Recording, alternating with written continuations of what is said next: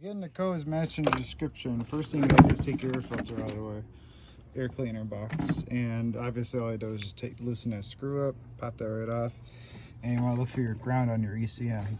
So this is gonna be 8mm.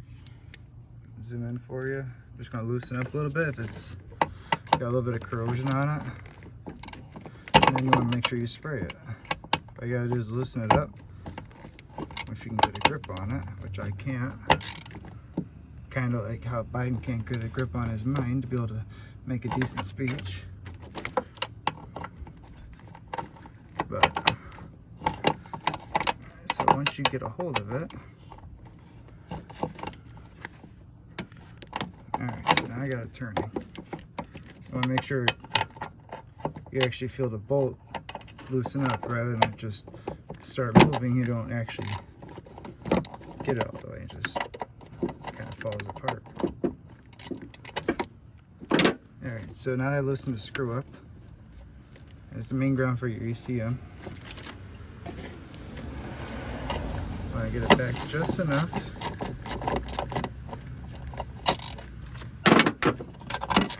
Now make sure that the eyelet isn't corroded. Alright, give it a good yank. Don't go Incredible Hulk or anything stupid on it. Just give it a good pull, make sure it's not broken, make sure this is solid.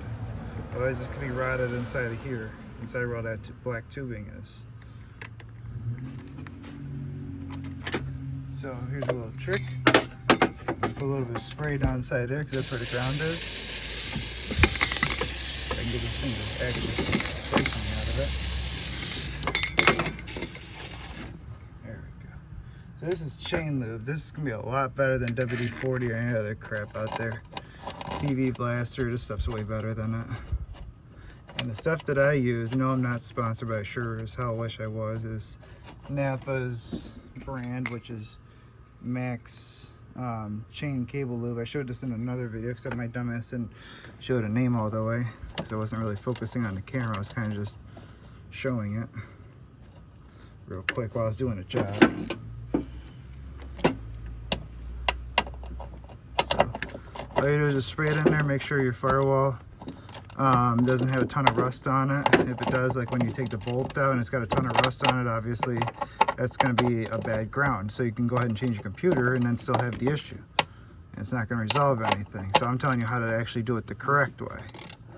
So that way you're not just wasting your money buying a computer. It doesn't actually need it. Make sure it's nice and snug. Don't do what I do and keep slipping off it, even though it is hard to grip onto. So make sure you just take a little look at your wires, make sure your ABS sensor isn't all corroded and rotted apart and shit.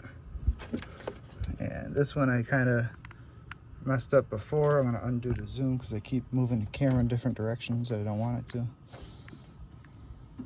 That's a little tiny BB turbo.